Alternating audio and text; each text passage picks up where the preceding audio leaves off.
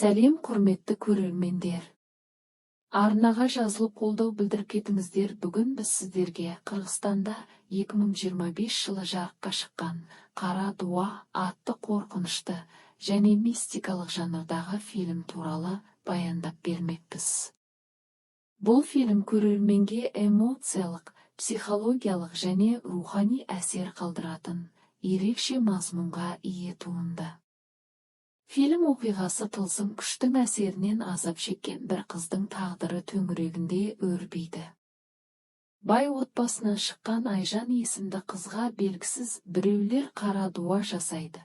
Оқиға осы кезде өрбиді. Бір қарағанда еш түсініксіз, бұл жағдай қыздың мінез құлқын өзгертіп, оның ішінде жын пайда болады. Отбасы мүшелері түрлі емші, көріпкелдерге жүгінсе де, жағдай жақсарудың орнына тіпті ушыға түседі. Ақыры олар тылсыммен ашық күреске түсуге мәжбүр болады. Кейіпкерлердің рөлдері өте шынайы сомдалған. Айжан фильмнің негізгі кейіпкері. Ол дуа құрбаны ретінде ішкі жан дүниесінде күрес жүргізеді. Оның отбасы мүшелері қамқорлық пен шарасыздық арасында аласұрып, жақындарын құтқаруға барын салады. Емші, көріпкел сияқты қосалқы кейіпкерлер фильмге көркемдік әрі шынайылық береді. Фильмнің атмосферасы бірден көрерменді өзіне тартады. Жарық, дыбыс, операторлық жұмыс бәрі бір арнаға тоғысқан. Әсіресе үнсіздікпен кенеттен пайда болатын дыбыстар арқылы қорқыныш сезімі күшейеді. Бұл тәсіл көрерменді бейсаналы түрде дүр сілкіндіреді. Оқиғалардың жылдам өзгеруі де көрермен назарын жоғалтпауға септігін тигізеді. Тақырыптық тұрғыдан алғанда, «Қара дуа» жай ғана қорқынышты оқиға емес. Ол арқылы режиссер ұлттық таным, сенім, рухани тазалық пен отбасы құндылықтарын жеткізгісі келеді.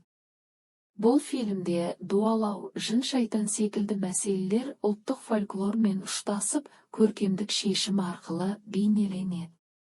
Қырғыз киноиндустриясы үшін бұл фильм маңызды қадам. Себебі ол аймақтық тылсым жанрындағы кинолардың көркемдік деңгейін арттырды. Сонымен қатар көрермендерді ұлттық болмысымызға сай қорқынышты фильммен таныстырып отыр.